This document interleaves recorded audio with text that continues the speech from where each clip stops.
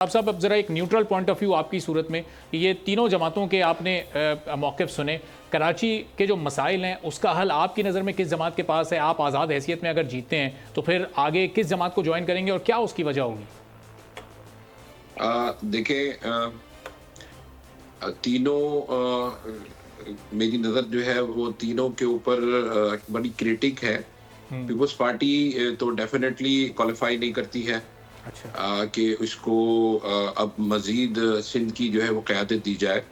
इन लोगों ने जो तबाही फेरी है सिंध में, और जो हालात हैं, जो मैं हिजरत कॉलोनी में जाता हूँ जहाँ के इनके यूसी चेयरमैन हैं, और यहाँ पे इनके जो दिल्ली कॉलोनी में वार्ड के काउंसलर हैं, तो बहुत बुरे हालात हैं। और डेफिनेटली मेरा ताल्लुक हैदराबाद से है, तो मैं सिंध को भी जानता हूँ, सिविल सर्विस में रहा हूँ, सिटी डिस्ट्रिक्ट गवर्नमेंट में भी मैंने सर्व किया है। तो मैं बिल्कुल ऑनेस्ट एनालिसिस दूंगा, कोई बाइस्ड एनालिसिस नहीं होगा, कोई एंगल नहीं होगा उसमें, इंसाफ की बात करूंगा। और मैं अपने मैंडेट, अपने वोटर्स को भी ये कहता हूँ कि कोई सवाना ख्वाब नहीं है, कोई झूठा वादा नहीं है।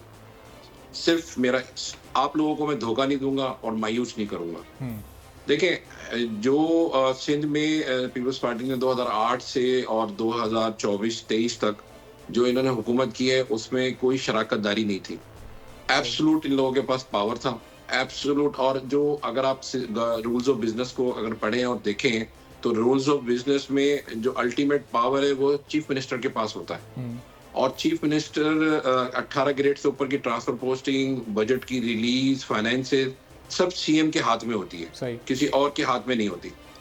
तो अगर आप ये कहते हैं कि हम ये करेंगे, हम वो करेंगे, तो भाई 15 साल मिल तो गए, अब क्या करोगे? कितने लोगों को अमीर बनाना है आप लोगों ने? कितनी मालो दौलत जमा करनी है? कितनी दुबई को, आधे से ज्यादा दुबई खरीद तो लिया, अब क्या हांगकांग भी खरीदना है, सिंगापुर भी खरीदना है? क्या करना है? गरीब आवाम की जान छोड़ दें। अब इनको जो है कोई रास्ता दे दें, इनको तालीम दे दें, इनको सेहत दे दें। तो शाह साहब आप ये कह रहे हैं कि गरीब आवाम की जान छोड़ दें, अगर जो आप कह रहे हैं वो सब अगर बिल्कुल सच है, सही है, हकाइक पर मबनी है, तो आवाम खुद इनसे क्यों अपनी जान नहीं छुड़वा रही है?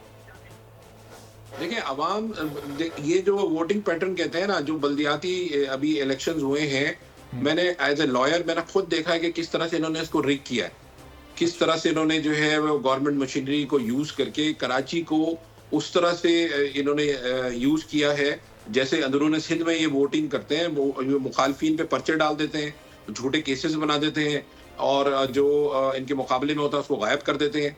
तो अच्छा। इस तरह का, चूंकि एडमिनिस्ट्रेटिव मशीनरी का एब्सोल्यूट कंट्रोल इनके पास होता है। अभी जो जनरल इलेक्शंस हो रहे हैं, तो अल्लाह का शुक्र है कि ये इस वक्त एडमिनिस्ट्रेशन से दूर हैं, और हम ये समझते हैं कि आवाम को फ्रीडम होगी कि वो जिस कैंडिडेट को चाहे, जिस पीपल्स पार्टी के खिलाफ तो एक बड़ी लंबी चौड़ी चार्जशीट सामने आ रही है। 3 और वर्सेस 1 का ये जो मामला बन रहा है। सब्सक्राइब करें और बेल दबाएं ताकि कोई खबर रह न जाए।